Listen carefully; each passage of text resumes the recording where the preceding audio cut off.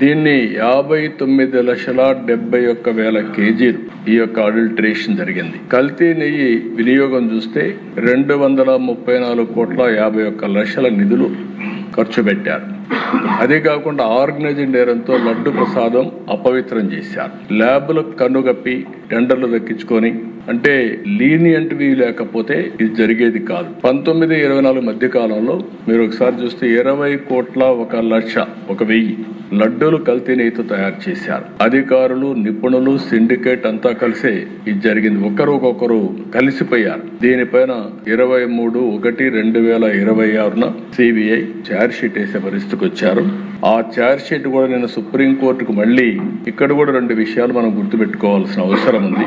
ఈ కేసు ఏదైతే నా నోటీస్కి వచ్చినప్పుడు నేను ఆ రిపోర్ట్ బేస్ చేసుకొని అనౌన్స్ చేశాం. ఉప ముఖ్యమంత్రి గారు చెప్పినట్టు ఆ రోజు మేము అందరం కూడా ఆలోచించుకొని అనౌన్స్ చేశాం. అనౌన్స్ అంటే నేను చెప్పాను, అడిగితే కూడా నేను వివరాలు చెప్పాను. అది అయిన తర్వాత దీని మీద ఒక సిట్ వేయాలని మేము ఆలోచించాం. ఇలాంటివి పునరావృతం కాకుండా చేయడానికి ఒక సిట్ వేయాలని చెప్పి ఆలోచిస్తే దానిపైన ఛాలెంజెస్ సుప్రీంకోర్టు పోవడం, సుప్రీంకోర్టు దీని మీద అధ్యయనం చేసిన తర్వాత ఇది రాజకీయ కాంట్రవర్సీ ఉండకూడదనే ఉద్దేశంతో రాష్ట్ర ప్రభుత్వం, కేంద్ర ప్రభుత్వం అధికారులతో ఒక సిట్ ఒకటేసి సిబిఐ ఆధ్వర్యంలో ఎంక్వైరీ చేయమని ఒక సిట్ కాన్స్టిట్యూట్ చేసే పరిస్థితికి వచ్చారు. అంటే ఆ రోజు పోయింది కూడా అధ్యక్ష సుప్రీంకోర్టుకి వైఎస్ఆర్ కాంగ్రెస్ పార్టీ వెళ్ళారు. వాళ్ళు ఎంక్వైరీ చేసిన తర్వాత ఆ సిట్ అంతా ఫైనలైజ్ అయిన తర్వాత మొన్న కొన్ని రికమెండేషన్లని ఛార్జ్ షీట్ వేశారు. అదే సమయంలో రాష్ట్ర ప్రభుత్వానికి కొన్ని రికమెండేషన్లు చేశారు. అంటే ఎవరెవరు అధికారులు తప్పు చేశారో వాళ్ళందరిపైన మీరు యాక్షన్ తీసుకోండి అని సిబిఐ రిపోర్ట్ పంపించారు. అదే సమయంలో టీటీడీ కూడా ఇందులో కొన్ని కరెక్షన్ చేయాలి, అవి కూడా చేయమని ఇంకోటి పంపించారు. ఆ రిపోర్ట్ టీటీడీ పంపించాం. చాలా మంది అనుకుంటున్నారు ఇక్కడ మనమే చేస్తున్నామని. కాదు, 2 విధాలుగా ఉంది.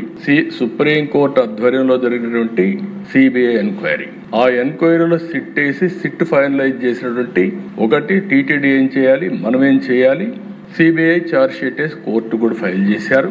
నిన్న కోర్టు కేసింది నెంబరింగ్ కాకపోయినా మళ్ళా వైఎస్ఆర్ కాంగ్రెస్ పార్టీ ఆధ్వర్యంలో కానీ ఎవరైనా కానీ సుబ్రహ్మణ్య స్వామి గారు అడ్వకేట్ కింద సుప్రీంకోర్టులో ఫైల్ వేశారు. దీన్ని అడ్డుకునే ప్రయత్నం చేస్తే సుప్రీంకోర్టు చాలా స్పష్టంగా ఇందులో నథింగ్ రాంగ్, దీన్ని లాజికల్ గా తీసుకుపోవాల్సిన అవసరం ఉంది, ముందుకు బొమ్మని వాళ్ళు వేసిన రిట్ని డిస్మిస్ చేసే పరిస్థితికి వచ్చారు.